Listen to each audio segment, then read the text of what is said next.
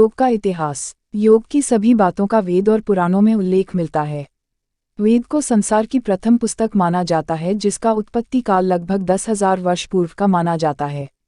पुरातत्ववेताओं अनुसार योग की उत्पत्ति 5000 ईपू में हुई। गुरु शिष्य परंपरा के द्वारा योग का ज्ञान परंपरागत तौर पर एक पीढ़ी से दूसरी पीढ़ी को मिलता रहा।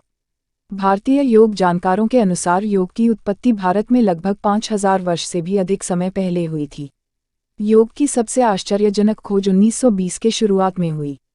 1920 में पुरातत्व वैज्ञानिकों ने सिंधु सरस्वती सभ्यता को खोजा था, जिसमें प्राचीन हिंदू धर्म और योग की परंपरा होने के सबूत मिलते हैं।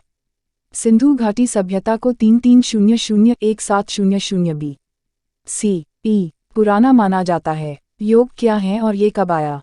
योग संस्कृत योग एक आध्यात्मिक प्रक्रिया है जिसमें शरीर, मन और आत्मा को एक साथ लाना योग का काम होता है। योग शब्द तथा इसकी प्रक्रिया और धारणा हिंदू धर्म, जैन धर्म और बौद्ध धर्म में ध्यान प्रक्रिया से संबंधित है।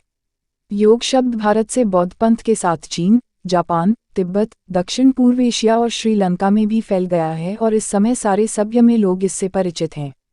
सिद्धि के बाद पहली बार 11 दिसंबर 2014 को संयुक्त राष्ट्र महासभा ने प्रत्येक वर्ष 21 जून को विश्व योग दिवस के रूप में मान्यता दी है। हिंदू धर्म, जैन धर्म और बौद्ध धर्म में योग के अनेक संप्रदाय हैं, योग के विभिन्न लक्ष्य हैं तथा योग के अलग अलग व्यवहार हैं। परंपरागत योग तथा इसका आधुनिक रूप विश्व भर में प्रसिद्ध हैं। सबसे पहले योग शब्द का उल्लेख ऋग्वेद में मिलता है। इसके बाद अनेक उपनिषदों में इसका उल्लेख आया है। कठोपनिषद में सबसे पहले योग शब्द उसी अर्थ में प्रयुक्त हुआ है जिस अर्थ में इसे आधुनिक समय में समझा जाता है।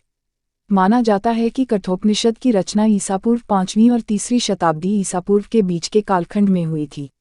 पतंजलि का योग सूत्र योग का सबसे पूर्ण ग्रंथ है। इसका रचनाकाल ईसा की प्रथम शताब्दी या उसके आसपास माना जाता है।